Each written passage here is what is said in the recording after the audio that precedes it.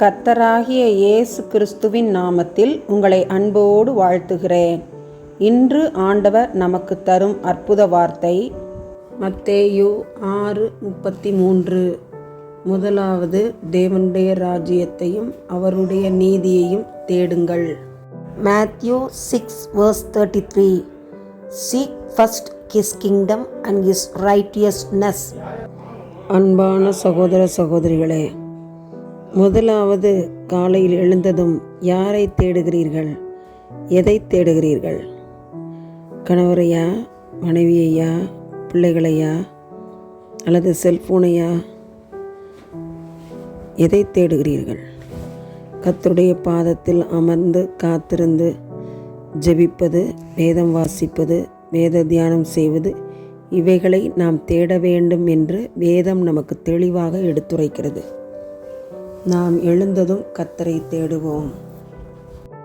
பாவ மன்னிப்பின் நிச்சயத்தை பெற்றுக்கொள்ள வேண்டும். ஐலசா, பரலோகத்தில் ஓரிடம் நீ பெற வேண்டும்.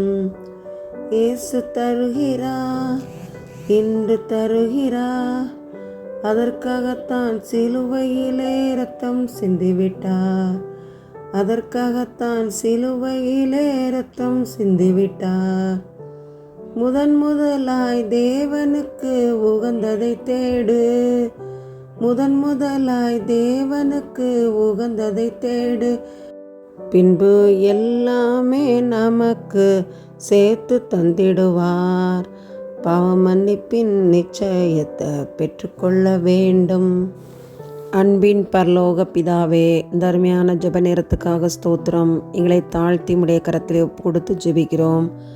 தேவனே, ஏழை பழங்குடியின பெற்றோர் தங்களுடைய 2 வாலிப பிள்ளைகளை வெறும் 3 லட்சத்துக்கு விற்ற நிலைமையை நினைத்து வேதனைப்படுகிறோம், வெட்கப்படுகிறோம். இந்த நிலைமை எங்களுடைய நாட்டிலிருந்து நீர் மாற்றி போடும்படியாக ஜெபிக்கிறேன்.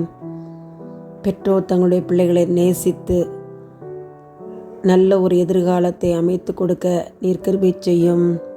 தவறான காரியங்களுக்கு பெண் பிள்ளைகள் உட்படுத்தப்படாதபடி தேவரீ கிருபையாய் பாதுகாத்து வழிநடத்தும். பெண் பிள்ளைகளுடைய எதிர்காலத்தை திருமணத்துக்கு முன்னும் பின்னும் பாதுகாத்து வழிநடத்த வேண்டுமாய் ஜெபிக்கிறோம். உடைய கரத்திலே எங்களுடைய அருமையான பெண் பிள்ளைகளை ஒப்பு கொடுத்து ஜெபிக்கிறோம். பிள்ளைகளுடைய படிப்பை, நிகழ்காலத்தை, எதிர்காலத்தை ஆசீர்வதித்து தாரும். உடைய கரத்திலே பிள்ளைகளை ஒப்பு கொடுக்கிறோம். பிள்ளைகளுக்கு எதிரான எல்லா கொடுமைகளையும் அகற்றி போடும். பரிசுத்தமாய் வாழ்ந்து நல்ல ஒரு எதிர்காலத்தை சுதந்திரிக்கக்கூடிய கிருபைகளை கூட்டித்தாரும். உடைய கரத்திலே உங்களுடைய அருமையான பெண் பிள்ளைகளை ஒப்பு கொடுத்து ஜெபிக்கிறோம். இயேசுவின் மூலம் ஜெபிக்கிறோம் நல்ல பிதாவே. ஆமன், ஆமன்.